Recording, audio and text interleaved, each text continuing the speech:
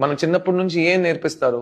అందరి దృష్టిలో మంచోడని పేరు తెచ్చుకో. ఇంతకంటే I don't want use worst philosophy. ఇంకో మనిషి నిన్ను మంచోడు ఎందుకు అనాలి? దానికి అర్థం ఏంటి? దట్ మీన్స్ నువ్వు మంచి చేయడం 100% ఇస్ నాట్ నీడెడ్. వాడు నిన్ను మంచోడని చూడాలి. దానికి చాలా వేస్ ఉన్నాయి కదా. వాడికి డబ్బులు ఇస్తే వాడు చెప్పేస్తాడు. తర్వాత డబ్బులు ఇచ్చి వాడితో చెప్పించి అది మనం కూడా నమ్మేస్తాం. ఎంత బాగా చెప్తున్నాడు నా గురించి, నేనే ఆలోచించలేదు కదా. నువ్వు ఇచ్చిన డబ్బు కోసం ఆడు చెప్తున్నాడు.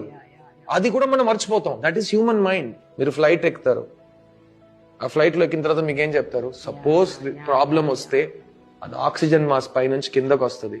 ఫస్ట్ మీరు వేసుకోండి, తర్వాత మీ పక్కన కూర్చున్న వాడిని సపోర్ట్ చేయండి. అది చిన్నపిల్ల అయినా ఫస్ట్ మీరు వేసుకోండి.